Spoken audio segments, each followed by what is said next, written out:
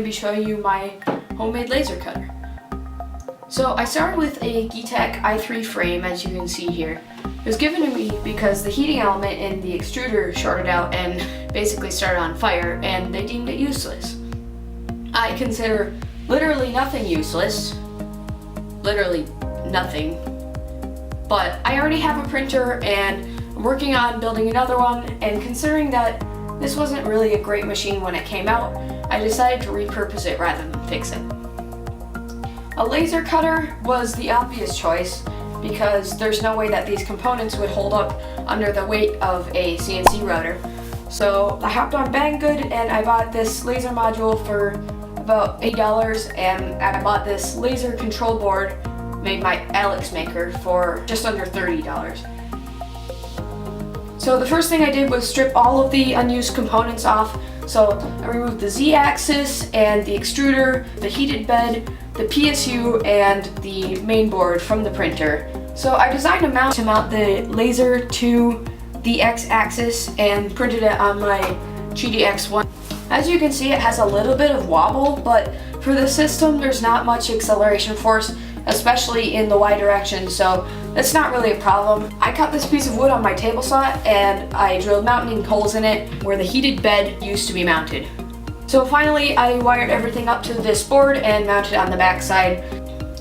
So I found this super helpful in cutting masking tape for painting 3D models. I can export the sketch profiles from SolidWorks and use them as a template for cutting tape. Also, I've done some wood engravings and I engraved the base just to make it a little more personalized. That's the basic overview. Let's try it out. So I use GRBL Laser. It's a free open source software and I found it works really well for my needs. The first thing I wanted to engrave is this picture I found of the USA. I thought it would look pretty cool on wood. Okay, so once we're in Laser GRBL, you can see that we have quite a few different options here. So I don't usually play with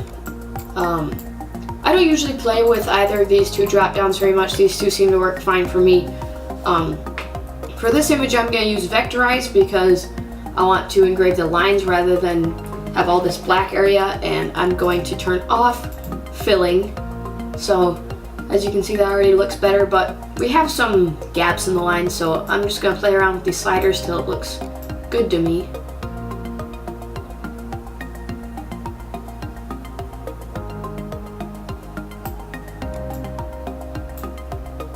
Alright, that looks pretty good. We can click the next button, and here we just need to set a size. I'm going to go with 60 millimeters wide, so we'll just click create, and that looks pretty good. I have a hyper extended cord going to my laser engraver that plugs right into the back of my PC, so I'm just going to turn it on. So you can see that the printer is connected to COM12 and that baud rate is fine, so I'm just going to go ahead and connect.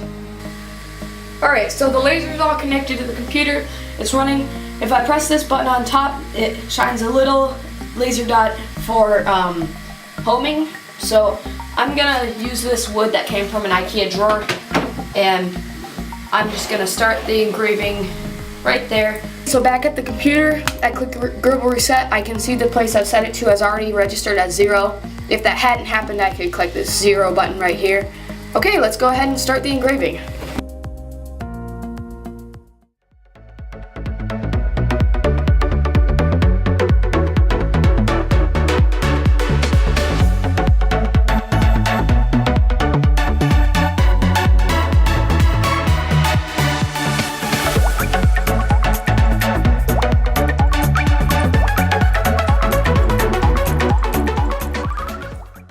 Alright guys, the engraving is done and it looks really good actually. You can see some areas are fainter than others, but on a whole I really like the detail and the deep brown color.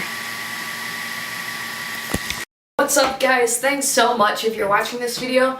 I had a ton of fun making it and I'm super happy with how the laser cutter turned out. This is my first video, so comment below on how you think I can improve and what videos you'd like to see next. See you later.